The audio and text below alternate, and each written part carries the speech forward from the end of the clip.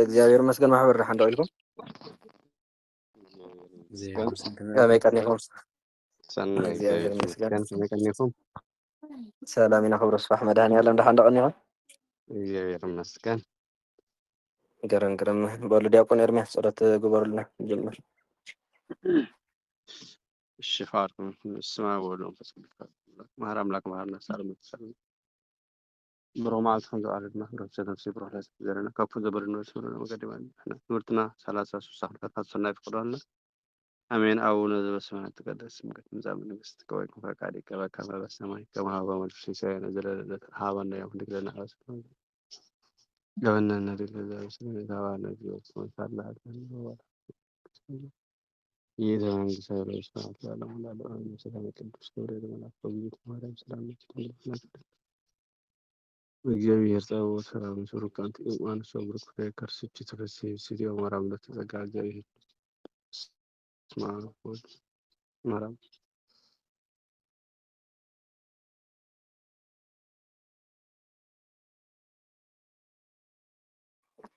እሺ ጸሎትና ይቀበለና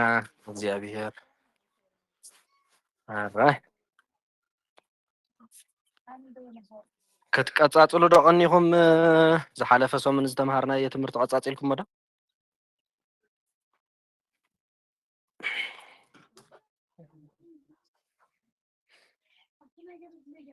ይስማዕ አለ ይስማዕ አለኝታ ቀጻጺልኩም ዶ? አስሪጽኩም ወደ ሰሪጽልኩም ዶ? ጉባኤ ቀና ዘአምላኬ ማዕከል ዜማ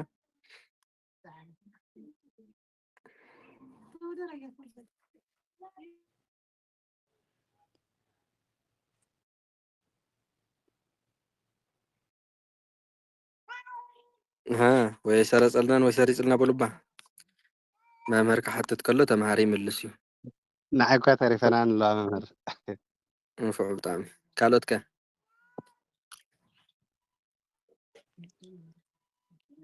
ቀዳማይ በዓል ዲያቆን ያሮን ፍላይ ጉባኤ ቃና ገጽ ጽቡቅ ገይረ ማስሪጾምልና ቀጸላታ ቀጸላ ማለት ሻ ጽቡቅ ሒዜና ኣሎ ናይ ግእዝ ናይ ባእ እዋሕቀይ ግእዝ ናይ እዝሉውን ማለት ናይ ዛምላቻይ ግን ጽቡቅ ገይረ ሓስኳና ኣሎ ኻነ معكم ማህበር የነታ አመልኩም እግዚአብሔር ይመስገን። ዲያቆን ብርሃነ ደሓን ዶ ኢሎም?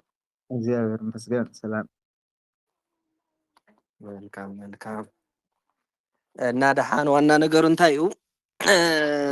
ኣስርፅዎ ምድጋሚቱ ስታይ ከዓ ተቢሉ ስለ ዘሎ ያው ከምኡን እንድሕር ዳ ኮይኑ ዘይምሕለፍ ትምህርቲ ልፈኩም ይብሉ። ስለዚ እንታይ ኢኹም ትገብሩ እቲ ዝሓለፈ ካብ ኩሉ ግዜ ንድሕሪት ንሓደ ክንብል ንድሕሪት ንምለስ ብዝተኻእለ መጠን ጥብቕ ኢልኩም ሰዓታትኩም ከይሕለፍኩም ትምህርቲ ምክትታል እንድሕር ዳ ሓሊፍኩም ከዓ ወዲያው ንቅድሚት ከይከድና ከለና ኣብኣ ከለና ሓዝዋ ማለት እዩ። ስለዚ ሕጂ እውን ናብ ሚወሱ መዐቀኒ ዜማይ ንኸይድና ገቢርን ተገብሮን ዝበሃሉ ኣለዉ ንሳቶም ኢና ሎማዓንቲ ክንምሃር ካብኡ ፅባሕ እንታይ ዝኾን ዘሎ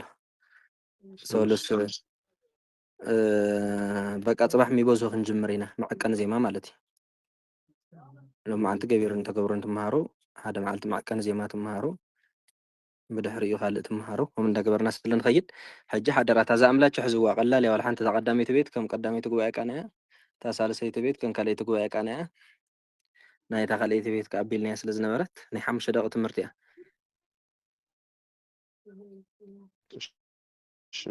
እንታይ ክብል ደሊለኹ ተረዲእኩም ኣላ ሓቀይ ተሓጋገዙ ሕተቱ ነቶም ዝሓዙ ማለት እዩ። ካብ ኩሉ ግዜ ኣነ ንድሕሪት ዝምለስ ኣነ ንቅድሚት ይኸይድ ንስኹም ከዓ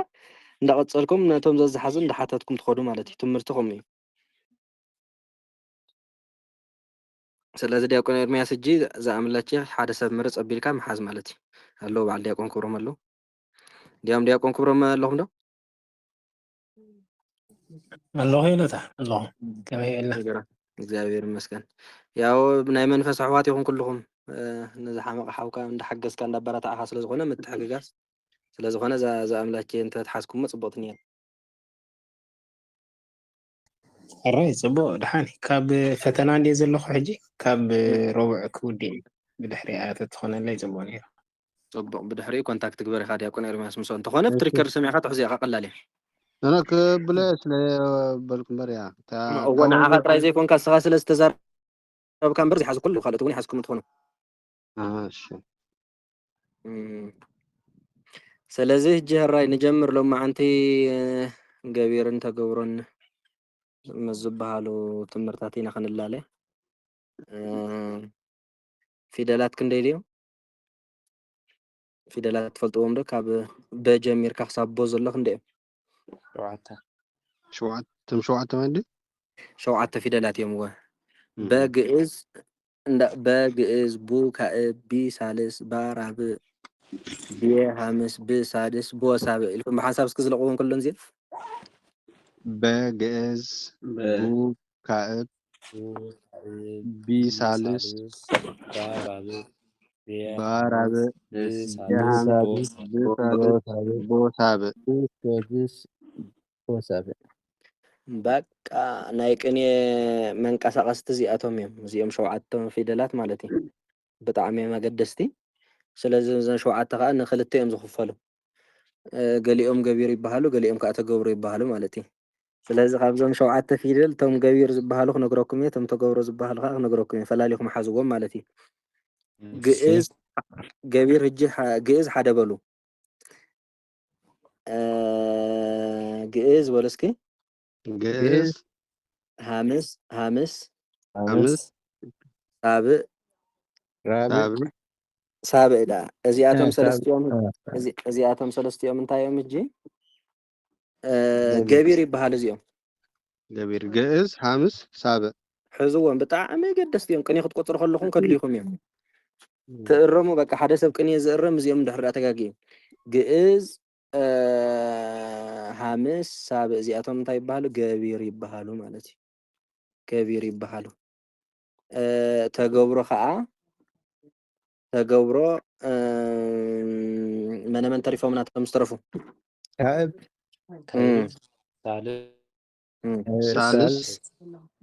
ራብዕ ግደፍዋ ራብዕ ኣፋቃቃሪት እያ ምስ ኩሎም እያ ተደልያ ምስ ገቢር ተደልያ ምስ ተገብሮ እያ ራብዕ ፊደል ሕጂ እቶም ገቢር ተባሂሉ ሳልስ ተሪፎም ኣለዉ በቃ እቶም ዝተረፉ ካዕብ ሳልስ ሳድስ እዚኣቶም ከዓ ተገብሮ ይበሃሉ ማለት እዩ ተገብሮ ይበሃሉ እዛ ራብዐይቲ ፊደል እንዲኣ ተሪፋ ዘላ ሓቀይታ ራብዐይቲ ግን ራብዕ ግን ምስ ኩሉ ብገቢር ተምፂኻያ ገቢር ትኸውን ብተገብሮን ተምፂኻያ ከዓ ተገብሮ ትኸውን ንፅርቲ ድያ هو نزلت ገቢር መነመን ኢለኩም جوز خامس ሳብዕ ተገብሮ ኸ ካዕብ ثالث سادس በቃ ሕጂ ቅኔ ከተምፅኡ ከለኹም እንታይ ኢኹም ትገብሩ ኢየሱስ እንድሕር ዳ ኢልና ሕጂ ኢየሱስ እንታይ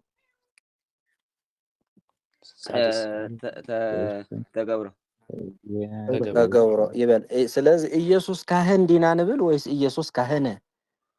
ኢየሱስ ካህን ካህን ኢና ንብል ሓቂ ስለምንታይ ኢየሱስ ካህን ንብል تقبره كود كله ትክክል ተገብሮ ክውድእ نبينا ክህሉ تقبره ማለት እዩ يكون أنا በቃ እዞም ሕጂ እንታይ መስለኩም እዚኦም ገቢርን ተገብሮን ማለት ሕጂ እቶም ገቢር ሓንቲ ሃገር እዮም ደቂ ሓንቲ ሃገር ዜጋ እዮም እቲኦም ከዓ ደቂ ሓንቲ ሃገር እዮም ማለት እዩ እቲኦም ወታደራት ነናቶም ወታደራት እዮም ስለዚ ገቢር ምስ ገቢር ተገብሮ ምስ ተገብሮ ኢኹም እንዳመሳሰልኩም ትመፁ ቅኔ ብጣዕሚ እዚ ምስ በዓል ከድልየኩም እዩ ሓራይ ራብዕ ምስ ኩሉ ኢለኩም እዮም ተደልይኹም ገቢር ክትገብሮ ትኽእሉ ኢኹም ንኣብነት ኢየሱስ ወሬዛ ክንብል ንኽእል ዶ ንኽእል ኢና ኢየሱስ ሃ ወሬዛ ክንብል ንኽእል ዶ ራብዕ ስለዝኾን ዘለኹም ራብዕ ስለዝኾነ ምክንያቱ ራብዕ ተደልዩ ምስ ተገብሮን ተደልዩ ምስ ገቢር ክምሰል ይኽእል እዩ ማለት እዩ እዚኦም መሰረታውያን ትምህርቲ እዮም ገቢርን ተገብሮን ይበሃሉ እና ሕጂ እንታይ ኢና ክንገብር እዞም ሰለስተ ፈላሊና እንዳረኣናዮም ንኽነምስ ማለት እዩ መጀመርታ እንዳረኣናዮም ቅድሚ ምኻድና ግን ክርድአኩም ክኽእል ኣለዎ እቶም ገቢር መነመን ምዃኖም እቶም ተገብሮ መነመን ምዃኖም ኣብቲ ሓንጎልኩም ፀሓፍዎም ብኣፍ ጥራይ ከይኸውን ኣብ ልብኹም ኣእትውዎ እቶም ገቢር ዝበሃሉ ግዕዝ ሃምስ ሳብዕ እዚኣቶም ተንገቢር ዝበሃሉ ማለት እዩ እቶም ተገብሮ ዝበሃሉ ከዓ ካዕብ ሳድስ እንደገና ከዓ ሳልስ እዚኣቶም ከዓ ተገብሮ ራብዕ ምስ ኩሊኣትሎ ማለት እዩ። እሺ ሕጂ ናይ ሰብ ስም ማለት እዩ ብተገብሮ ከም ዘለዎ ኮይኑ ይመጽእ ከም ዘለዎ ንኣብነት ክብሮም እንድሕር ኢልና ክብሮም በቃ ተገብሮ እዩ ሓቀይ ያ ገቢር ክንገብሮ እንድሕር ደሊና ንክብሮም እንታይ ኢና ንገብር ክብሮምሃ ኢና ንብሎ ሃይ ውስኽ ኣብ ገቢር ግዜ ናይ ሰብ ስም ሃይ ውስኽ ግልጽ ድዩ ንኣብነት ኢየሱስ ብተገብሮ እንድሕር ኣምፂኹሞ ኮንኩም ኢየሱስ ካህን ይኹም ትብሉ እና ተገብሮን ገቢርን እንታይ ማለት እዩ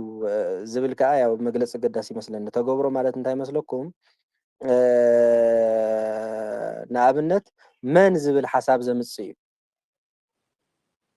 ተረዲኹምኒ ተሃንፀ እንድሕር ኢልና እንታይ ኢና ንብል መን ወይ ከዓ እንታይ ኦኬ ኣየናይ ተሃን ወይ ከዓ ኣየናይ ዝብል እውን ይምጸልናይ ኣየናይ ተሃንፀ እንድሕር ኢልና ያው ተገብሮ እዩ ማለት እዩ ብተ ዝጅምር እንደገና ተደራግና ተደራራጊ ዝበሃሉ ኣሎ እሶም ኣእማድ እዮም ዝበሃሉ ረቡዕ ወይ ገለ ክንመሃሮም ኢና ስለዚ ተሃንፀ እንድሕር ኢልና ተሰሪሑ እንተዳ ኢልካስ ተሰሪሑ እንተይለኩምስ እንታይ ኢኹም ኢልኩም ተሓትንሱ መን ወይ እንታይ ኣነ ከዓ እንታይ ይብለኩም ገዛ ይብለኩም ማለት እዩ ስለዚ መን ዘምጽእ ሓሳብ መን እዩ ተገብሮ እዩ ርድኹም ንዝስራሕ ነገር ማለት እዩ እንድሕር ዳ ሰሪሑ እንተይለኩም ከንታይ ትብሉኒ መን ሰሪሑ ወይ መን ጥራይ ኣይኮንኩም እንትብሉኒ ሰሪሑ እንተይለኩም እሲ መን ጥራይ ዲኹም ትሓትኒ እንታይ ሰሪሑ ሪኢኹም እዚ ክልተ ሓሳብ ዘምጽእ ከዓ እንታይ ይበሃል ገቢር ይበሃል ማለት እዩ መን ትዝሰርሐ ኣካል መጀመርታ ሰሪሑ እኮ ድሕር ኢለኩምስ ክልተ ነገራት ኢኹም ካብይ ክትፈልጡ ትደልዩ ሓደ ትዝሰርሐ ኣካል ካልኣይ ከዓ ዝተሰርሐ ነገር ማለት እዩ ኦኬ ሕጂ እዚ እንታይ ይበሃል ገቢር ይበሃል ፈሊጡ እንተይለኩም እንታይ ኢኹም ትብሉኒ እንታይ ፈሊጡ ወይ መን ፈሊጡ እንታይ ፈሊጡ ሪኢኹም እንታይ መን ፈሊጡ መንን እንታይን የምጽእ ኣሎ ማለት እዩ ተፈሊጡ እንድሕር ኢለኩም ከ እንታይ ተፈሊጡ ብመን ተፈሊጡ ሓቀ ብሂደት ዝፍለጡ ነገር እዮም እዚኣቶም ገቢርን ተገብሮን ዝበሃል ግስታት ኣለዉ ንኣብነት ኣእመረ እንድሕር ኢልና ፈለጠ እንድሕር ኢልና እንታይ ንብል ኣለና እንታይ ሓቀ እንታይ ካብቶም ኣናቅጽ እውን እዞም ገቢርን ተገብሮን ንብሎም ዘለና ማለት እዩ ኣብቶም 7 ፊደላት ደኣ ንርኢ ኣለና እምበር ግስ ንባዕሉ ካብ ሃ ክሳብ ፈ ዘሎ ማለት እዩ ክሳብ ፈ ዘሎ እንትን እዩ ገቢርን ተገብሮን ኣለዎ ንኣብነት ዝኾነ ግስ እስክምጽኡ ሃሎ እንድሕር ኢልና ኣሎ ይብለኩም ኣለኹ እንታይ ኢኹም ትብሉ ትሓቱ ንስኹም እንታይ ኣሎ ወይ መን ኣሎ እንታይ ኣሎ ይበሃል መን ኣሎ እዩ ዝበሃል እንታይ ኣሎ መን እንዲ ዝበሃል ሓቀይ ኣብ ገዛ ኣሎ እንድሕር ኢለኩምስ መን ኣሎ እዩ ዝቐንዕ ይመስለኒ እቲ ትግርኛ ወይ ንሰብ ዝኾነ ያ ፈሊጡ ፈለጠ እንድሕር ኢልና ኸ እንታይ ፈሊጡ ስለዚ መን ተገብሮ ዝበሃል ይበሉ መን ዘምጽእ እዩ ገቢር ዝበሃል ከዓ እንታይ ዘምጽእ ማለት እዩ ሕጂ ገቢር ዝበሃል ሰራሕን ገቢር ማለት ሰራሕ ማለት እንድዩ ረዲኹምኒ ሰራሕን ዝስርሐሉ ኣካልን ዝፍለጠሉ እዩ ጽማ ኣለኹም እዚኣ ገቢር ማለት ሰራሕን ዝስርሐሉ ኣካልን ዝፍለጠሉ እዩ ተገብሮ ማለት ከዓ ተሰራሕን ዝተሰርሐሉ ኣካል ዝፍለጠሉ እዩ ግልጽ ድያ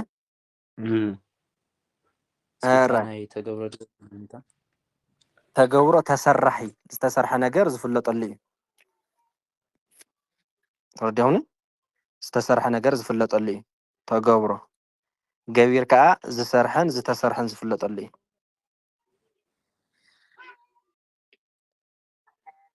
ተሰረሐ ማለት እኮ ተገብሮ ማለት ተሰረሐ ማለት ገቢር ማለት ከዓ ሰራሒ ስለዚ ግስታት እውን ኣብ ክልቲኦም ኣብ ገቢርን ተገብሮን ኣለዎም ማለት እዩ እና ዝኾነ ግስ ኣምፁ እስኪ ተፈላሰፉ ዝኾነ ግስ ሃቡ ደስ በለኩም ትፈልጥዎ ቀደሰ ተበልና ቀደሰ እንተኢልና ሕጂ እንታይ ኢና ንብል ዘለና ብትግርኛ ኣመስገነ ወይ ከዓ ኣመስጊነ ኣመስገነ እንዲና ንብለና ሓቀ እንታይ ኣብዚ እንታይ ሓሳብ ይገልጸልና ኣመስገነ ብዝብልስ እንታይ ኣሎ عادة تزمسجن أكل مفلات إيد اللي كالايكا تستمسجن أكل مفلات إيد اللي حكى ስለዚህ ገቢር ኮይን الذي مالتي قدس ما هيدر هجي بلعها ጽቡቕ በልዓ ሪኢኹም በልዓ ከዓ ሓደ እቲ ዝበልዓ ኣካል ምፍላጥ ይደሊ ካልኣይ ከዓ ተስተበልዓ ኣካል ምፍላጥ ይደሊ ተስተበልዓ ነገር ምፍላጥ ይደሊ ስለዚ እንታይ ኮይኑ ኣሎ ማለት እዚ ገቢር ኮይኑ ኣሎ ጥንተ ትምህርትና ኣብቶም 7 ፊደላት እንዲሁ ምናልባት እሱ እውን መሰረት ስለ ዝኾነ ከነምጾን ከለና ብግስ ማሰሪያ እንዳገበርና ከለና እዚኦም እውን ስለ ዝሕግዙና ኢና ነምጾም ዘለና ካልእ ግስ ምጹ ዝኾነ ፈቀደ ሕጂ እንታይ እዚ ከፈቀደ እንታይ ኢና ንብልና ፈተወ ማለት እንዴ ሓቀይ ሕጂ ፈተወ ክንብል ከለና እንታይ እዩ ንብለልና ብትግርኛ እስኪ ግለጽዋ መን እዩ ከመይ ጌርካ ትግለጽ እዚኣ ዝፈቱ ኣካል ኣሎ ሓቀይ እጆኹም እንታይ ወይ ፈቲሎ ዘለ ነገር ከገብር በቃ ፈቲሎ እንደገና ንመን ካ ዝፈቱ ኣካል ካለ ካለ ማለት እዩ ተረዲኹን እዚ ግን ኣብነት እዚ ገቢር ማለት እዩ ኣብነት ተገብረ ነገደ እንድሕር ኢልና ነገደ ማለት ከይዱ ማለት እንዴ ሓቀይ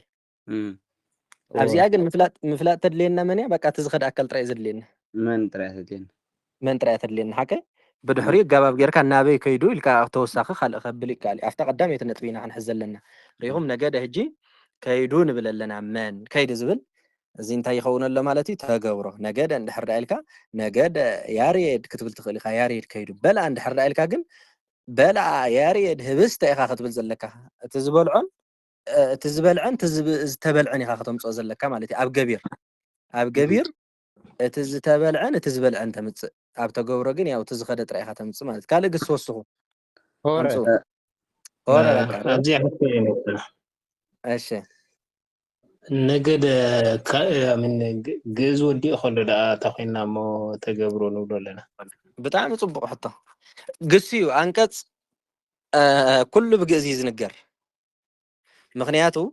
أنكت زياتهم عسرتيهم عبيت أنا كذبها نابنت نجد ينجد تا سالسي تجريفنا زند أنكت مالتهم وتوم عبيتن ثمانية حدا مسحفت ما سريان دخون يوم زخدو حسب كتزارب أنا هم مجرشة بتحسب جيركا بتوم ما سريان جيركا أخسر تبلو رديهمني هجتو زحتت كحتو صبح حتى ديو نساتهم جن جمديهم تو عنتو بيزولكم توم سواسو جن أنت عنج أيتي أم مالتي لازم عنج أيتنا بجزها خطوة سودان دحر هونكا تايد ليكا جمد ليك حاجة عسيركا بتجمد جيركا نجزها خطوة سودان مالتي أن أب أنكت أفتو ترجم ده اللي جبير أنت جبران زلمبر قدامه يير إني طالع كله بجزي أنكت مالتي رديكم عفتوش تجن جبير أنت جبرنا الله أب ترجمه ده اسمه هتقول تخلى مهارة كاس انتين من هون الله هو بتعامل مهارة أكل يدلنا أبنت كريستوس مهارة وانجيل عند حرالك كريستوس وانجيلن استمر كريستوس اسن وانجيل ميروت بلا لقى حكي يا انتين بحنس أخون لوجن تزمهارن مسئول لبزيكاريهم تزمهارن نجارن مالتي اوكي كالج أنكت أمسو قسي كردكم وصهم نجد لنا يا نجد خيدو مالتي تقبر أزياء من مالتي نبابة تناجرنا سلازم نبابة دي تزاريبون دينا نبلزلنا تزاريبون تلنا جنتايت مسلكم زيا من تزاريبكم تلنا سي كبير فيها تقبر تقبر تتخون ماني نحنبل نبابة انت الناس من عم بيبوين كأمن تناجرو من تزاريبو انتاي تزاريبو زبل تمثلنا خلط حسابيا تمثلنا زيا سلازي زي انتاي عمالتي كبير اوكي نبابة زنبابة بنبيات الناس يعطون يومنا نفتستين الملس زيهم بسرعة تمرتون سلازلوهم إن مسرت أنا مسينا يوم زلنا حجين أفتهم شوعات في الدلات توم تجورن كبيرن زبلنا يوم مالتي زغنا في دلهم مصو دس بلكم حساب مصو بزيك أنقط مالتي فلا لينا هنريهم كمي مال انت هنمت مالتي كابتم شوعات في دلات بشوعات في دل زود مالتنا عملنا تجزي أبيهر مش همسخهم اللهم تجزي أبيهر تمسخهم بسادس لزود زلوا تجبر أي حكي كالت في دلات ونمسو اوكي دس بلكم شو عندار أنا ينخير كبير دي تجبرن دفلت أنا ينخير مالتي اوكي وهابو አንቀጽ ይሱ አንቀጽ ማለት በቃ ማሰሪያ ስለሆነ እሱ ይኸውን ኦኬ ካብ ዝተዋስኦ ካብ ዘርኢ ኣስማት ክኾን ይኽእል ዶ? ኣስማት ክኸውን ይኽእል ቅዳሴ ክኸውን ይኽእል ውዳሴ ክኸውን ይኽእል ሙሴ ክኸውን ይኽእል ስላሴ ክኸውን ይኽእል ደስ ዝበለኩም ኦኬ እጅኹም ወላ ካብ ውዳሴ ማርያም ፈትሽኩም ድምፁ እሺ ካብ ዳዊት ፈትሽኩም ድዩ ኣልቦ ኣልቦ ዳ አንቀጽ እንዲ ተኣስረለኻ ኣልቦ ማለት እኮ የለን ስለትብል ዘለኻ ሓሳባት ወዲኻ እኮ እጃ ኣነ ደልየ ዘለኹ ሰዋስው ፍካሬ ፍካሬ ሪኢኹም ሕጂ ፍካሬ ካብ ፈከረ ዝበለ ወፂእ ጥሬዘር እንዲ ዝበሃል ፍካሬ ፍካሬ ዘጻድቃን ወዝሃጣን መቸን መዝሙር ኩልኩም ተማሂርኩም ዶ ዳዊት ተማሂርኩም ዶ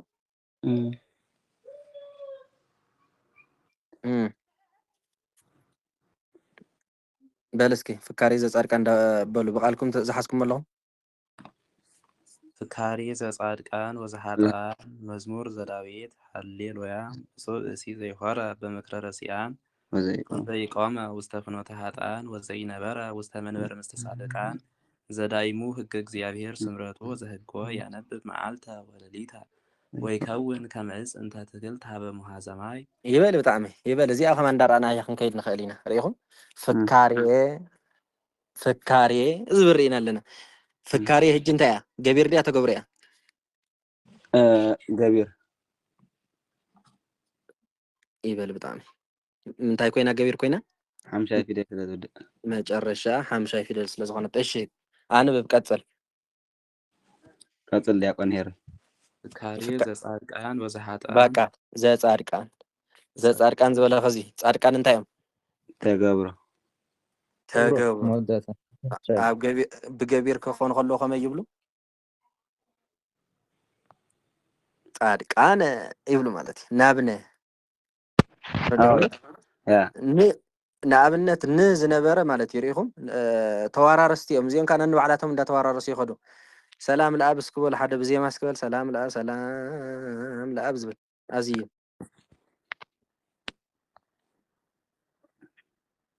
ኣጆኹም መልክዕ እኮ ሰላም ለኣብ ገባሬ ኩሉ ዘምቅድሚ ዓለም ነጋሲ ዘምቅድሚ ዓለም ነጋሲ ለወልድ ሰላም ስጋ ማርያም ለበስ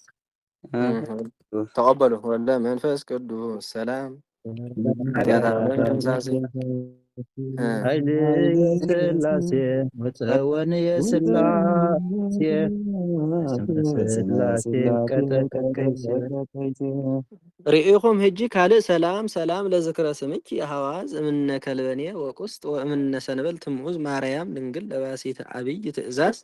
ኢሉ እንታይ ዝብል ስቅየን ለለጽባሁ ወይነ ፍቅርኪ ዓዚዝ ከመይሰቅዮ ሂዝ ለሰናይ ዓርዚ ኢሉ ርኢኹም ብዚ ጀሚሩ ብዚ ወዲኡ ሓቀይ እዚ ግን ብሲ ጀሚሩ ብምንታይ ወዲኡ ብሲ ጀሚሩ ወዲኡዎ ማለት እዩ ብተገብሮ ጀሚሩስ ብገቢሩ ወዲኡዎ ማለት እዩ ርኢኹም ቅድሚ ዓለም ነጋሲ ሕጂ እዚኦም ከዓ እቶም ገቢር ማለት እዩ ይወርስዎም እዮም ነቶም ተገብሮ ከምዚ ምሸሎ ውላድ ናይ ኣቦ ርስቲ ዝወርስ እቶም ገቢር ከዓ ነቶም ተገብሮ ይወርስዎም እዮም ንኣብነት ንሳልስ መን ይወርሶ መስለኩም ሃምስ ይወርሶ ከምዚ ሕጂ ዝረኣኹሞ እንድሕር ደኣ ንኣብነት ፈላሲ እንድሕር ደኣ ነይሩ ብተገብሮ ብገቢር ግዜ እንታይ ይኸውን ማለት እዩ ፈላሲየ ይኸውን ግልጽ ድያ እዚኣ ንሳልስ ሃምስ ይወርሶ ይወራርሱ እዮም ክልቲኦም ርዲኩም ኣሎ ንሳልስ ሃምስ ይወርሶ ብተገብሮ ንሳልስ እሲ ሃምስ ይወርሶ ማለት እዩ ኦኬ ንኣብነት ንካልእ ካ ክነምፅእ ቀዳሲ ዝነበረ ሕጂ ብገቢር እንታይ ይኸውን ቀዳሲ ነጋዲ ዝነበረ እንታይ ይኸውን ነጋዲ ስለዚ ነጋዲ ብተገብሮ ነጋዲ ከዓ ብገቢር ማለት እዩ ርዲኩም ኣሎ እዚኣ ዓባይ ምስክር እያ እዛ ሰላም ለኣብ ዘን ቅድሚ ዓለም ነጋሲ ሕጂ ዝበልኩማ ኣብነት ሓዝዋ ንሳልስ ሃምስ ከም ዝወርሶ ማለት እዩ ካልእ ንሳድስ ከዓ ከምዚ ሕጂ ጻድቃን ኢልና ምሽ ንሳድስ ከዓ መን ይወርሶ መስለኩም ግእዝ ይወርሶ ሳድስ ተገብሮ ይሓከ ጻድቃነ ይብል ማለት እዩ ሪኢኹም ካልእ ከዓ መን ኣሎ ሳድስ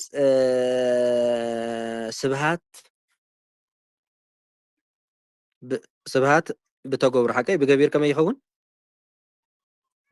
سبهاته سبهاته يبل جهم نقوه بيت بتجبر انت يبل بجبير بيت يبل نسادس كأمني ورثة مسلكم جئزي ورثة هجي سادس نيرو ناب جبير كتقيرون دحر على اللي خانا من تاي كتقيرو ناب بجئزي كتقيرو مالتي سادس دحر على نيرو ناب جئز تقيرو سادس دحر على نيرو ناب هامس تقيرو من تريفنا سابع بس كابنا سابق تريفهم هجي بيتو كائب كأنس نكائب كأ سابق يزورسو بيتو زنبرة بتجبر بجبير تاي يخون بيت أورسوا تاي يخون بيتو يخون مالتي بيتو بأسيتو زنبرة تاي يخون بأسيتو كهناتو زنبرة تاي يخون كهناتو وريخو سلازن كعب كأمن يورسله مالتي سابق يورسله مالتي رابع جن مسدليتكم بقى رابع هم طبعا تويز أفقا قاريكم ما أخلاي كويس ناب كل زحواس مالتي هم زسبريسن ولا نجار عينات مشال أب كل زحواس يسوم ردي هون أب كل زحواس كم بلن كلنا نابنت توم تجبر شكر ندحر ما إنه توم تجبر أبان ندحر غيرنا يوم من نجبرم تنجبير كه ما يدهنقر ما أنت غيرنا يوم كايت مثلا أنا خالد وعي نجار ده شاهي شاهي نجبرم سلازي صباح نسات خلنا أنت غيرنا نساتي بذكري وأنت هين حاوس اللبة تشاو شكر نجبر اللي حكى شاهي نسات خلنا أنت هين نجبر له شكر سلازي تشكر منيو رابع زبلنا ي ايش ردي هون كالون كتم صوت خليهم نتجبر بنجرا نمثل لهم ما نجبير كأ ببان نمثل لهم ردي هون انجرا خنبلع عند حرد أخوينا أنت هي لنا تشاو لنا صبح لنا رح نبصبح على ها تشاو بقى صبح لنا بان كوعس قلنا بنا صحن ولعن خلينا باچو انديا چاو ترديخمني انجرا خنجبر چاو يدلينا بان نجبرون چاو يدلينا تچاو مني رابع فيدل مالتي رديخمني እንዳ ኣብነት እቶም ተገብሮ ብስዋን መስሎም እሞ እቶም ተገብሮ ብስዋ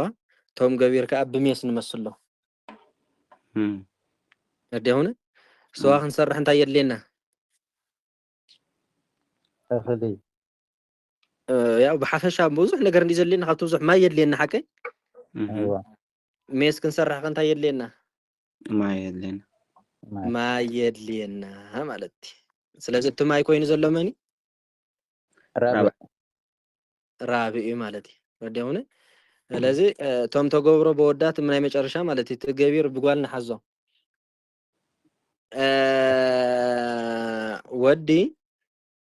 ወዲ ቃል ኪዳን ንኸኣሰር እንታይ የድልዮ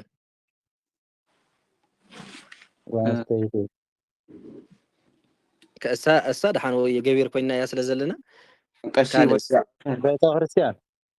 ቤተ ክርስቲያን ተድልዮ ሓቀ በጣም ጽቡቅ ጓል ከቃል ኪዳን ንኽተኣሰር እንታይ የድልያ ቤተ ክርስቲያን ስለዚህ እቲ ቤተ ክርስቲያን ተባሂሉ ዘሎ መን እዩ ራብዕ እዩ ማለት እዩ እናንተ ክብለኩም ኢለ ራብዕ ምስ ኩሉ እዩ ዝኣቱ ስለዚህ እዞም ሰለስተ ተገብሮ ነዞም ሰለስተ ተገብሮ እዞም ሰለስተ ገቢር እንዳወረስዎም እዮም ዝኸዱ ብተገብሮ ንኣብነት ቅኔ ከተምፅኡ ከለኹም ጳውሎስ ካህነ ኢልኩም ኣይኮንኩም እንተምፅኡ ረዲኹምኒ ጳውሎስ እንታይ ኢኹም ትብሉ ካህን ኢኹም ትብሉ ሓቀ ስለዚህ ፈጣሪ ክቡር ዲና ንብል ፈጣሪ ክቡር ንምንታይ ንሓደ ስለ ዝኾነ ወይ ኣይኮነን እጅ ብዛዕባ ብዙሕ ብዛዕባ ሓደ ኮና ንዘረብ ዘለና ብዛዕባ ገቢርን ተገብረና ንዘረብ ዘለና ካብ ሳድስ ናብ ግእዝ ስለ ዝወርሶ ከይከውን ኣይኮነን ፈጣሪ ተገብሮ እዩ ሓቀይ ክቡር እውን ተገብሮ እዩ ክልቲኦም ሓደ ስለ ዝኾኑ ክልቲኦም ሓደ ስለዚ ክትምስል እንድሕር ዳ ኮንካሲ ንተገብሮ ምስ ተገብሮ ኢኻ ትምስሎ ተረዲኹምኒ ንተገብሮ ምስ ተገብሮ ትምስሎ ንገቢር ከዓ ምስ ገቢር ትምስሎ ግልጽ እንዴ ሓቀይ ንኣብነት ኢየሩሳሌም ብእሲት ዲና ንብል ኢየሩሳሌም ብእሲት ኢና ንብል ኢየሩሳሌም ብእሲት ንምንታይ ሓደ ክኸውን ተገብሮ ክኸውን ናይ ሃገር ስም ግን ኣብዚኣ ከዓ ዘይነገርኩም ናይ ሃገር ስም ልክዕ ከም ትራብ እዩ ናይ ሃገር ስም ንገቢርን ንተገብሮን ይኽእል እዩ ረዳሁነ ናይ ሃገር ስም ምስ ኩሉ ምስ ገቢር ይምሰል ምስ ተገብሮ ይምሰል ብዘይካ እንታይ ብዘይካ ግብፅ ምስር ህንድ ዝኣመሰለ ኩሉ ሻድሻይ ፊደል እንድሕር ኮይኑ ተሃገር ረዳሁነ ንኣብነት ግብፅ ኣሎ ሓቀይ ግ ሳድስ ፊደል እዩ ብ ሳድስ ፊደል እዩ ፅ ሳድስ ፊደል እዩ ሓቀይ እዚ እንድሕር ኮይኑ ኣይኽእልን ኩሉ ሳድስ እንድሕር ኮይኑ ናይ ሃገር ስም ኣይኽእልን ብገቢር ግዜ እንታይ ዝብል ግብፅ ህንድ እንዳበለ ናብ ስታይ ይቕይር ማለት እዩ ሳድስ ዝነበረ ናብ ግእዝ ወሪስካ ኢኻ ገቢር ትገብሮ ካልኦት ሃገራት እስክምፁ ብምንታይ ዝወዳ ብዝኾነ ብደስ ዝበለኩም ሃገራት ኣብዚ ዓለም ዘለዋ ኤርትራ ራብዓይ እያ ትወድእ ኤርትራ በቃ ንገቢር እንዲያውም ራብዓ ወዲ ኣላ ንገቢር እንተገብሮ ትኽእል ኢኻ ባቢሎን ተብልና ባቢሎን እውን ንገቢር እንተገብሮ ይውዲ ምክንያቱ ባሎ ቢሎ ኩሉ ሳድስ እንድሕር ኮይኑ ጥራይ ዘይኽእል ካልእ ብሳድስ ዝውዳእ ብዘይካ ግብፅን ህንድን መን ኣለዋ ኩለን ሳድስ ዝኾነ ሃገራት ኩሉ ሳድስ ዝውዳእ ማለት እዩ ፅር እለ ሓደ እተን ፊደላት ፅ ሳድስ እያ ርእሳ ማኖ ግ ሳድስ እያ ብ ሳድስ እያ ፅ ሳድስ እያ ኩለን ሳድስ እየን ሓቀ ከምኡ ዓይነት ሃገራት እኳ ብዙሕ ዘሎ ይመስለኒ ካልእ ሃገር ኣምፁ እስኪ ኩሉ ፊደልን ሳድሻይ ፊደል ዝውድእ ማለት ኩሉ ፊደልን ሻድሻይ ፊደል ዝውድእ እንድሕር ዳ ኮይኑ ንገቢርን ተገብሮን ኣይኽእልን ኣዋጅ እዚ ረዲኹምኒ ኣብ ገቢር ግዜ ግብፅ ህንድ እንዳበለ ናብ እንትን ይቕይር ማለት እዩ ናብ ብግእዝ ጌርካ ኢኻ ገቢር ትገብሮ ካልእ ግን ኩሉ ዘለኹም ዓዳ ናይ ሃገር ስም ንገቢር ተገብሮ ይኽእል እዩ ኣምፁ ዝኾነ ሰለስተ ሃገራት ኣምፁ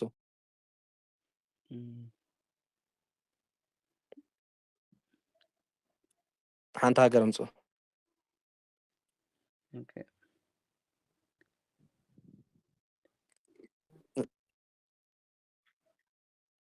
ዘለኹም እንደጠቐሰ ሽግር የብሉ ሆላንድ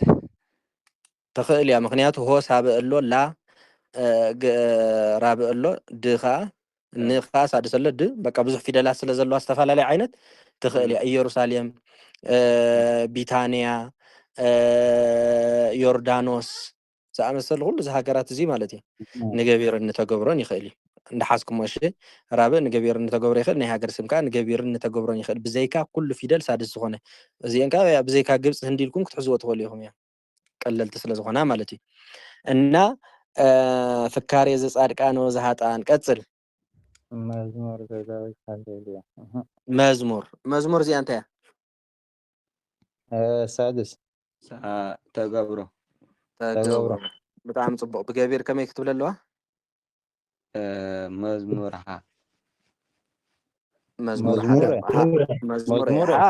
ኣብ ናይ ሰብ ስም ጥራይ ኣብ ናይ ሰብ ስም ጥራይ መዝሙር ትብል ኣለዋ ማለት እዩ እሺ ቀፅል ለመን እዩ እስኪ ያደመርካ ሄርሞን ኢሉ ካሬ ዘጻድቃን ወዝሃጣን መዝሙር ዳዊት እንታይ እዩ ሽም ተገብሮ ሓቀይ ስለዚ ናብ ገቢር ክንገብሮ ደሊና ከመይ ንገብሮ ገቢር ክንገብሮ ተደሊና ዳዊት ሓደ ናይ ሰብ ስም ናብ ገቢር ክትቅይርዎ እንድሕር ዳ ደሊኹም ማርያምሃ ኣማኑኤልሃ እንዳበልኩም ትገብርዎ እወ እሺ ቀፅል መዝሙር ዘዳዊት ሃሌሉያ ሃሌ እዚኣ እንታይ እያ ሓምስ ገቢር ድያ ተገብሮ ገቢር መልካም ሎያ ኸ ኣፈቃቃሪ መልካም ምስ ክልቲኡ እሺ ቀፅል ብፁዕ ዝበለኸ እንታይ እዩ ተገብሮ ብጣዕሚ ፅቡቅ ናብ ገቢር ክንቅይሮ እንተደሊና እንታይ ንገብሮ ብፁዕ ንብሎ ማለት እዩ ምክንያቱ ንሳድስ መን እዩ ዝወርሶ ግእዝ እዩ ዝወርሶ ማለት እዩ ንሳድስ ግእዝ እዩ ዝወርሶ እሺ ቀፅል ብእሲ ብጣዕሚ ፅቡቅ ብእሲ እንታይ እዩ ተገብሮ ብገቢር ከመይ ንገብሮ ብእሲ ምክንያቱ ንሳልስ ሃምስ እዩ ዝወርሶ ማለት እዩ እሺ ቀጽል ዘኢሆረ ዘኢሆረ እዚ እንታይ አንቀጽ ይበሃል ሓቂ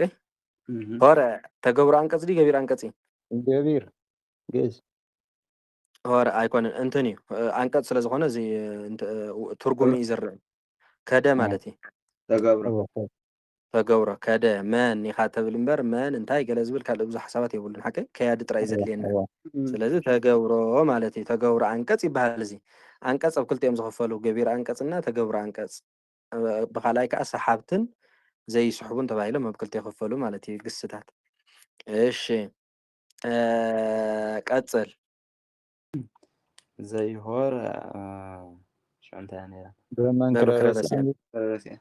ምክር ዝበለ ምክር እዚኣ እንታይ እያ ተገብሮ መልካም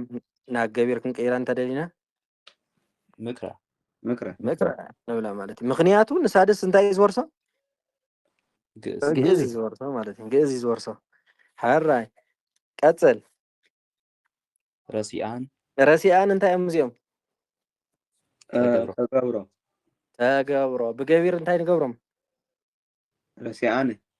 ረሲኣን ብጣዕሚ ጽቡቕ ወዘይ ቆመ ደው በለ ማለት እዩ እዚ ከገቢር አንቀጽ ዶ ይመስለኩም ተገብሮ አንቀጽ ተገብሮ አንቀጽ መን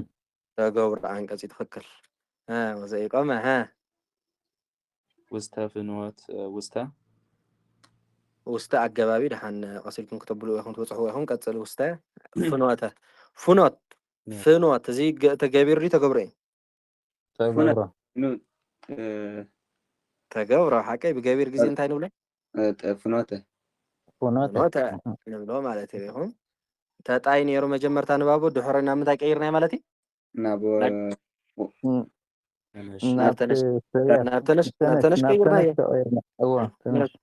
ተነሽ ተቀይር እሺ ውስተ ፍኖተ ሃጣን እንታይ እዮም ሳድስ ተገብሮ ንባቦም ከ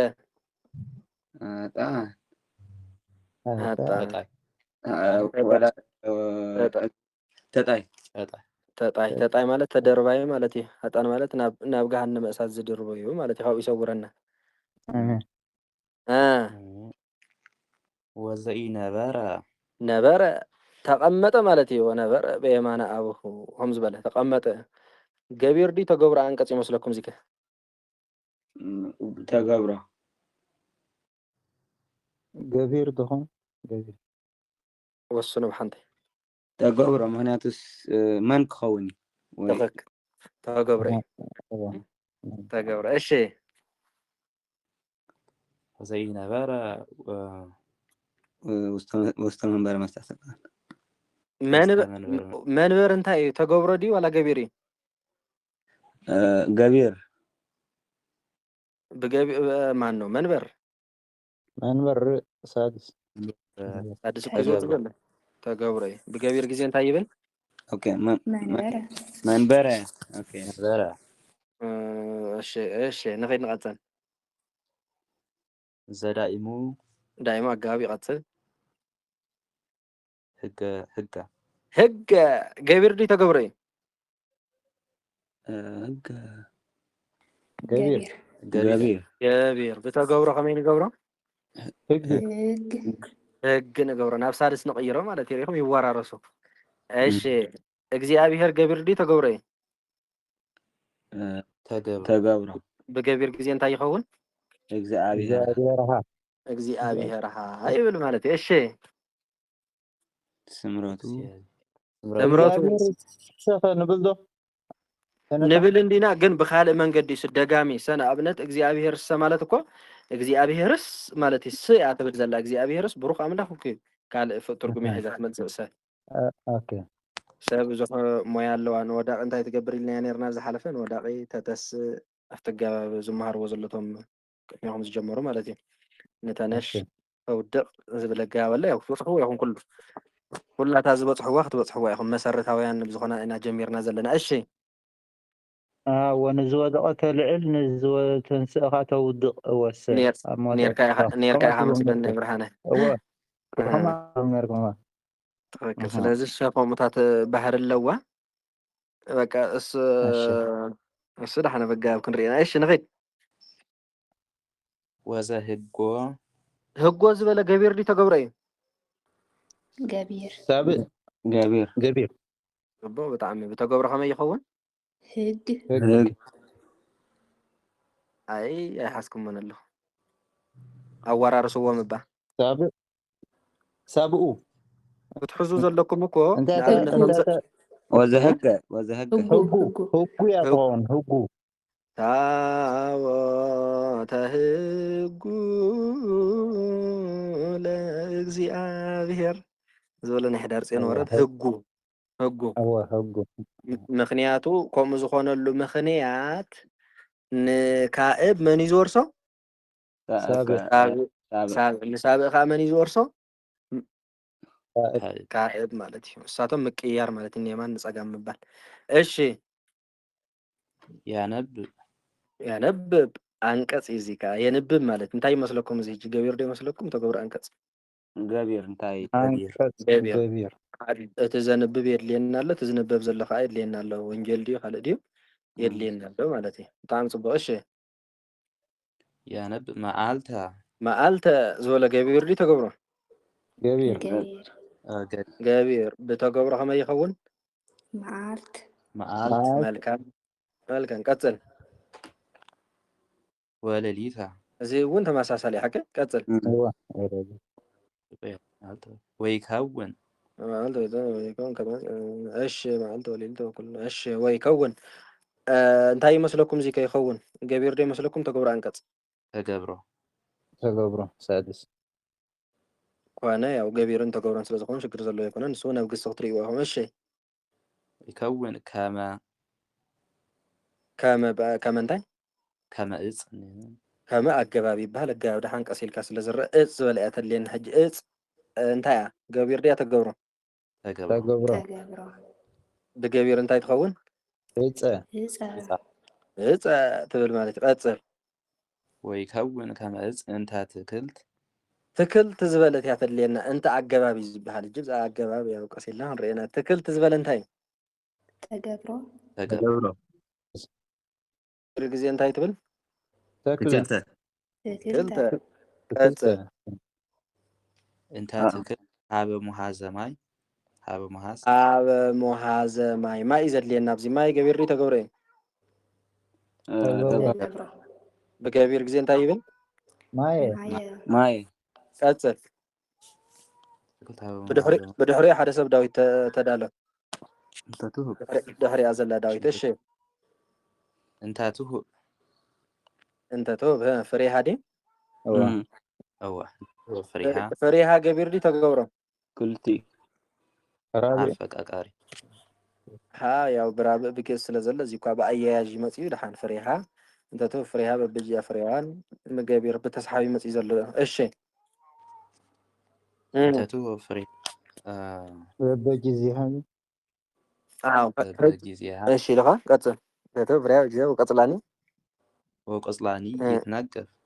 ቆፅል ያው ተመሳሊ እዩ ግን እሺ ቀፅል ኩሉ ሳድስ ስለ ዝኾነ ምፅዎ ዘሎ እሺ ኣኮ ወኩሎ ኩሎ ዝበለ እንታይ ገቢር ዲ ተገብሮ ገቢር መልካም ብተገብሮ ከመይ ይብል ኩሉ ይብል ኩሉ ትውልድ ያስተበፅኡ ንብሎ ማለት እዩ እሺ ቀፅል ሓደ ከዓ ድሕሪ ዘሎ ዳዊት ኣንብብ በል ለምንታይ አንገለግ ነው ፈካሪ ኦኬ አይተወዳትም ዘላንስ እንደሓኒ አክል ያው ተመሳሳሊ ኦኬ ዛ ለምንት ምንት እንታይ ተገብሮ ለምንት አንገለጉ አሕዛብ ወህዝብ ነው ከንቶ መላእክት ካልእ ዳ ካልእ ብዙሕ ውስውስ ዝበለ ፊደል ዘለዎ ኢና እንደሊ ዘለና እሞ ፅባሕ እንታይ እዩ መዓልቲ ሰሉስ ዲ በል ውዳሴ ሃይልካ ጀምር ውዳሴሃ ለእግዝእትነ ማርያም ድንግል ወላዲተ አምላክ ዘይትነበብ በዕለተ ሰሉስ ሰሉስ أكليل እንታይ እዩ? ሰሉስ እንታይ እዩ? ሶሉስ ሳዱስ ተገብሮ ተገብሮ ብገቢር እንታይ ይብል? ሰሉስ አይብል ሓቀይ? እሺ ዘይትነበብ በለተ ሶሉስ أكليل مكهنة አክሊለ ዝበለስክን ወይ ንሓንራይ አክሊለ እንታይ እዩ? ገቢር ገቢር ያው ክናበብ እንከሎ አክሊለ መክህነ እንዲህ ዝብል ያው ንምርአይ ለና አክሊለ ገቢር ብተገብሮ እንታይ ይብል? አክሊል አክሊል ይብል ማለት ነው። እሺ ቀጽል። أكليل مكهنة وقداميته ቀዳሚተ ዝበለ እንታይ ይብል? قداميته ገቢር ሓቀይ? ገቢር ገቢር ብተገብሮ ከመይ ይብል? ገቢር ቀዳሚት ይብል ማለት ቀጽል። أكليل مكهنة وقداميته መድሃኒትነ መድሃኒት እንታይ እዩ? ተገብሮ መድሃኒቱ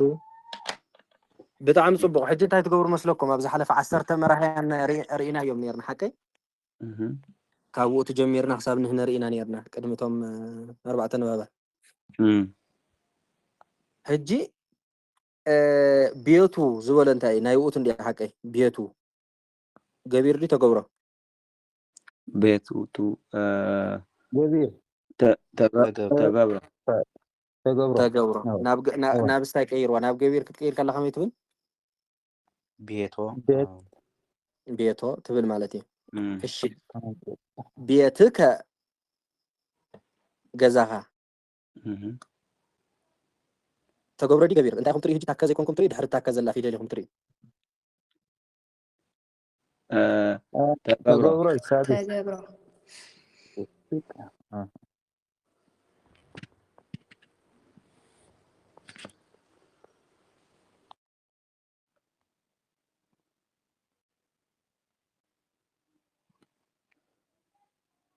ሚትኮይን አለ አይነት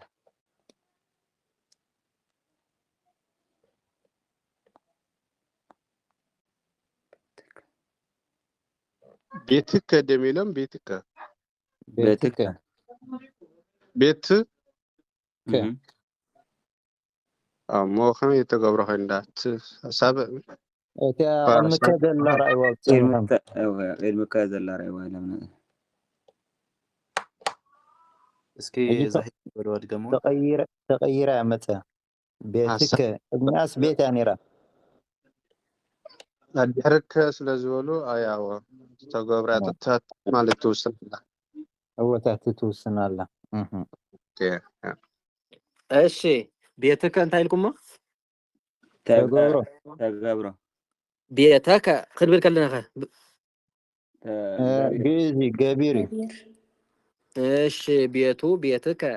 ቤቶሙ ዝበለኸ ቤቶ ሳብ እንዲሱ ገቢር ገቢር ውእቶሙ ማለት እዩ። ዳሓን እዚ እውን ምናልባት ከይበዝሐኩም እምበር ናይ ብዙሓት ኣወዳት ናይ ብዙሓት ኣዋልድ ቤቶም ዝበለ ንገቢር ንተገብሮ ይኽእል እዩ። ቤቶን ዝበለ ንገቢር ንተገብሮ ይኽእል እዩ።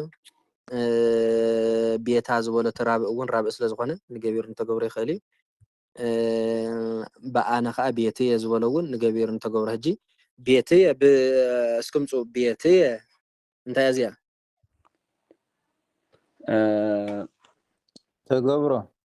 ተገብሮ ናብ ገቢር ክትቅይርዋ ከለኹም ከመይ ትኸውን? ቤተየ ኣይብልን። ኣምደ ቤተየ ዝኣቁፀል ከናበለ እዩ ዝርከብ ቤተየ ክብለ ይኽእልን ማለት እዩ ኣዋጅ እዚ እውን። ስለዚ ኣነ ብኣነ ዝብል በቶም መራሕያን ከዓ እንድሕር ዳኣ ኮይኑ ንገቢር እንተገብሮ ይኽእል እዩ ማለት እዩ። እሱ ሽግር ዘለዎ ይኮነ ምስ ግዜ ዝረአዩ ሕጂ ሎም መዓንቲ ድልዮምና ዝነበሩ እዚኣቶም እዮም ማለት እዩ። እዞም ገቢር እንተገብሮን እቶም 3 ገቢር ምዃኖም እቶም 3 ፊደላት ገቢር ምዃኖም እቶም 3 ፊደላት ተገብሮ ምዃኖም እዚኣቶም ከዓ ነንባዕላቶም እንዳተመሰሉ ከም ዝኸዱ ማለት እዩ። ሕጂ ቅኔ ክገብር የርአዩ ሕዙ ማርያምሃ እም ይብል ዶ ይብልን? ይብል እምበር ይብል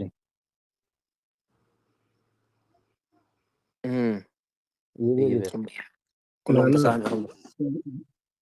ገቢር እንተገብሮም ብሓንሳብ ክሳብ ኮይኑ እምበር ኣስተውዕሉ ብኸመይ ገይሩ ይብል ትብል ኣለኹ ወየ ማርያም ናይ ገቢር እያ ማርያም ሃይ ዝብል ዘሎ ከመይ ገይሩ ምስ እም ክምሰል እም ተገብሮ እዩ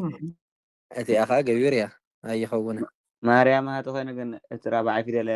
ንኩሎም ዘራኽብ እንዲሞ ኣይራኸብን ሃኮ ግእዝ እዩ ስም ራብዓይ እንዲ ቀንዲ ናይ ምሻት ናይ ሰብ ስም ከዓ ናይ ሰብ ስም ናብ ገቢር ክቅየር ከሎ ብሃ በቃ ሃ ዝተሓወሶ ናይ ሰብ ስም ኩሉ ግዜ እንታይ ማለት ገቢር እዩ ግልጽ ድያ ያ እሺ እንደገና ካልእ ቅኔ ክገብር ጳውሎስ ካህነ ይብል ዶ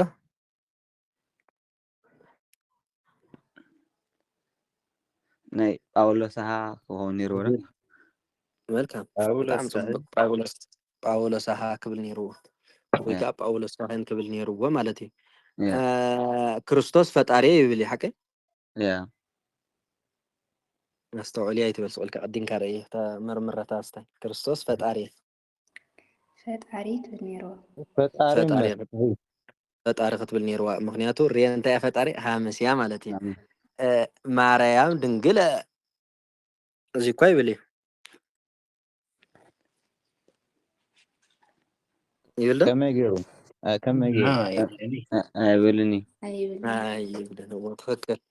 ማርያም እንታይ ክብል ነይርዎ ድንግል ድንግል ድንግል ክብል ነይርዎ ሓራይ ቤቱ ክቡረ እዚ እኳ ይብልን ክቡር ክብል ነይሩ ቤቱ ይብል እምበር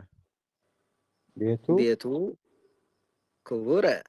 ኣይብልን እንታይ ክብል ነይርዎ ቤቱ ክቡር ቤቱ ክቡር ክብል ነይርዎ ወይ ከዓ ቤቶ ክቡረ ክብል ኣለዎ ማለት እዩ ሓራይ ቀዳሲ ትብሉ ጳውሎስ ኣይኮነ ይኸውን ሓቀ ብጣዕሚ ጽቡቅ ሕጂ እንደገና ናይዞም ገቢር ስራሕ ረእይዎ ናይ ገቢር ስራሕ እንታይ ይኾን መስለኩም ክናበቡ ይኽእሉ እዮም ተረዲኹምኒ ቀዳሲየ እንድሕር ኢልካ ከተናብቦ ትኽእል ቀዳሲየ ጳውሎስ ኢልካ ከተናብቦ ትኽእል ኢኻ ዝናበቡ ቀለማት ዝበሃሉ ኣለዎም ካብቶም ዝናበቡ ቀለማት እዞም ገቢር እዮም ማለት እዩ ተረዲኹምኒ ንኣብነት ህብስተ እንታይ እዩ ገቢር እዩ ሓቀ ያ በስ ህብስተ ጳውሎስ ክትብል ትኽእል ኢኻ ኣናቢብካ ተረዲኹኒ ህብስት ግን ኣየናበብን ጳውሎስ ሞ 6 እዩ ዝውድእ ዘሎ እንታይ መሽግር ኣለዎ ተገብሮ ኾነና ኣለዉ ኣይኮነን እንትን ኢና ንገብሮ ዘለና እኮ ሕጂ ህብስተ ጳውሎስ ኢልና እንድሕር ኣፈላሊናዮ ገቢሩን ተገብሮን ይኸውን ሕጂ ካብ ገቢሩን ተገብሮን ወፂና ናብ ምንታይ ዝኸይ ዘለኹም መስለኩም ይኽናበቡ ይኽእሉ እዮም ንኣብነት ሲ ኣዴታት እዮም ኣደን ውላዳ እንታይ ትገብሮ ተሓዝሉ ሓቀ እዚኣቶም ከዓ ካልእ ነገር ሓዚሎም ክመፁ ይኽእሉ እዮም ንኣብነት ህብስተ ጳውሎስ ክንብል ከለና ተናቢቡ እዩ ዘሎ ደውኒ ጳውሎስ ኣብ ህብስቲ ተሓዚሉ ኣሎ ማለት እዩ ቅዳሴ ንኣብነት ቅዳሴ ሃመሲ ብገቢር እስከ ካብ ገቢር ደስ ዝበለኩም ኣምፁ ካብቶም ገቢር ዝበልና እዮም ደስ ዝበለኩም ኣምፁ ወይ ነገደ ኦኬ ሶሪ እደ ዮሃንስ ንበይና ዮሃንስ ተገብረ እንዲ እደ ጽብቕቲ ብጣዕሚ ወ እድ ዝነበረ እደ እንዲ ዝብል ብገቢር እደ ዮሃንስ ኢልካ ከተናብቦ ትኽእል ኢኻ ማለት እዩ ጽቡቕ እና እዚኦም ተወሳኺ ኣገልግሎት ናይ ገቢር እንታይ ሞያኦም መስለኩም ክናበቡስ ይኽእሉ እዮም ምስ ቃላት ምስ ሰብ ክናበቡ ይኽእሉ ምስ ዝኾነ ሓሳባት ክናበቡ ይኽእሉ እቶም ተገብሮ ግን ኮፍ እዮም ዝብሉ በቃ ምክንያቱ ተገብሮ እንታይ ኣሚልናዮም ነርና ተገብሮ ወለዲ እዮም ተረዲኹኒ ተገብሮ ወለዲ እዮም ተንገቢር ከዓ ያው ውላድ እዮም ማለት እዩ ውሉድ ማለት እዩ ምክንያቱ ውሉድ ናይ ኣቦ ርስቲ ይወርስ ንሳቶም ከዓ ንዕኦም ይወርስዎም ነይሮም ሓቀይ ሓደ ወላዲ እንድሕር ዳ ኣሪጉ ገዝኡ እንታይ ዝገብር ኮፍ እዩ ዝብል ኣይንቀሳቐሱን ስለዚ እዞም ተገብሮ እዚኣቶም ከዓ ኣይንቀሳቐሱን ማለት ኣይናበቡን ምስ ዝኾነ ሓሳብ ክናበቡ ይኽእሉ መናበብቲ እንድሕር ዳ ዘይሃልይዎም ቤት ዘያሬድ ምናምን ኢልካ ኣለዉ ካልኦት ንዕኦም ክሕግዝዎም ዝኽእሉ ከምዚ ንኣረጊት ንዝኣረገ ሰብ እንታይ ዝሕግዞ ወይ ምርኩስ የድልዮ ማለት ዘንቀሳቕሶ ብምርኩስ ብካልእ ነገራት ይንቀሳቐሱ እዮም ተረዲኹምኒ እዚኦም ግን ገና ወጣታት ስለ ዝኾኑ መናእሰያት ስለ ዝኾኑ ናይ ኣቦታቶም ርስቲ ዝወረሱ ሕጂ ስለ ዝኾኑ ከም ድሌቶም ክናበቡ ይኽእሉ እዮም ብገቢር ዝውዳእ ኣንቀጽ ዝኾነ ብሰዋስው ኣምፅኡ أمسو زخانة سواسو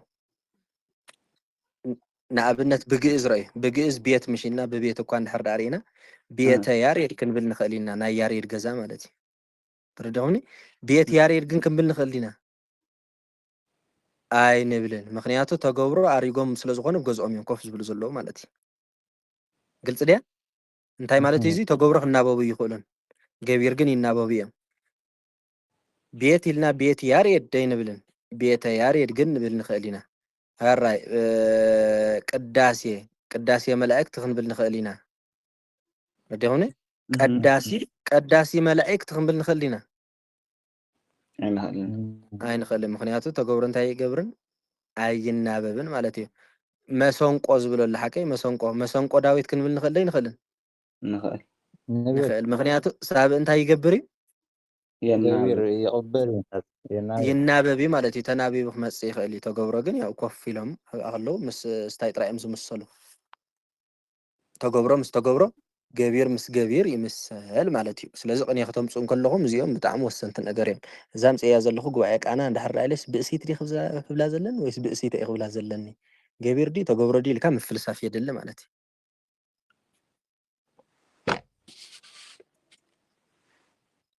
كن قطلعنا خلأي كفان يا وصهمون كأني يبزق أصاركم لجزي عند استخاخلكم ولا زيادة صباح عند صرحنا يخن كيدينا مالتي بقنية غيرنا صباح بقنية بجروب غيركم بحر إيرترا خنبل نخلده ينتا هو بدنبي باهر اندي نيرو هج باهر زنبرت انت باهريون اب جبير كغيرن كله باهر يبل مالتي باهر يلون بين دو كبل يخلي باهر إيرتراون كبل يخلي مخنياتو باهر جبير ስለዝኾነ ገቢር ክናበብ ይኽእል ናይ ኤርትራ ባሕሪ ማለት እዩ ብተገብሮ ከነናብቦ እንድሕር ደሊና ግን ባሂር ዘኤርትራ ባሂር እንተ ኤርትራ ኢልካ እንተ ለ ምናምን ዝበሃሉ ኣለዉ ምርኩሳት ዝኾኑ እሳቶም ገና ክንሪኦም ኢና ድሓን ኣዋጅ ናይ ባዕሎም ኣለዎም ትምህርቲ እና ካብዚ ሎማ አንተ ዝተምሃርናዮ ሕቶ እንተሃልዩ ሕቶቱ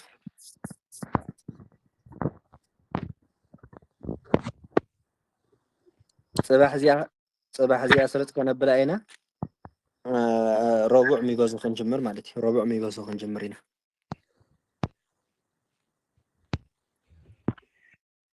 ها حطه محتاج لموضوع الشيء محتاج صبوي ينيتا أنا تا هجي زناي سم كنبل خلنا مالت هجي እግዚአብሔር ይልና እግዚአብሔር አخنبل ከለና ሲ ምስ ገቢር ተገብሮ አይደል ማለት ዲ ወይስ ይኸውኒ እግዚአብሔር ይልና ህጂ እግዚአብሔር ይልና እንድሕር ወሲኽናሉ ሲ ገቢርን ተገብሮን ይኸውን ዲ ወይስ እንትን ትብድሕሪ ዘሎ ምስ መን ኢኻ ትምስሎ ዘለኻ ትምሳሌ እዩ ዝውስኖ እግዚአብሔር አንተ ኢልካ ናይ ግድን ካህነ ኢኻ ትብል ልዕሊ ኩሉ ነዚ እንታይ መሰረቱ ንባብ ማለት እዩ ንባብ ደሆኒ ኣነ ኩሉ ግዜ እንታይ ዝብል ንባብ ሓደ ሰብ ምንባብ እንድሕር ፀርዩ መቸን ከባኹም ኩሉ ግዜ ንባብ ዘይተማሃረ ኩሉ ይኽእልን ንባብ ተዘይተማሂርኩም ንባብ ብጣዕሚ ገዳሲ እዩ ወሳኒ እዩ ንኣብነት ዝለዓልን ዘይለዓልን ትፈልጡ ኢየሩሳሌም ዳዊት ተማሂርክ ዶ هو أنت تمهيرة بጣዕሚ ፅቡቅ ዳዊት ዘይተማሃረለ ኸባና ንገርጆኹም ዳዊት ዘይተማሃረ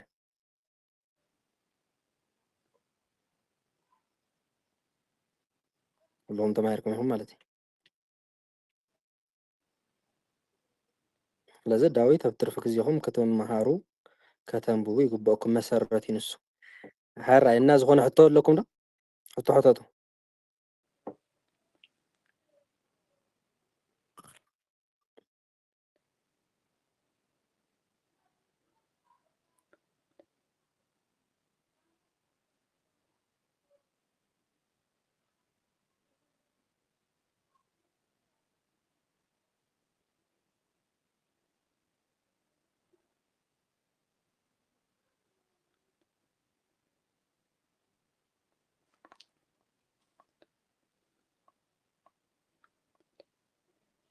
እሺ የለን ማለት ይርድት ያ ኦኬ ስለዚህ صباح كنقصلا إنا مالتي إيش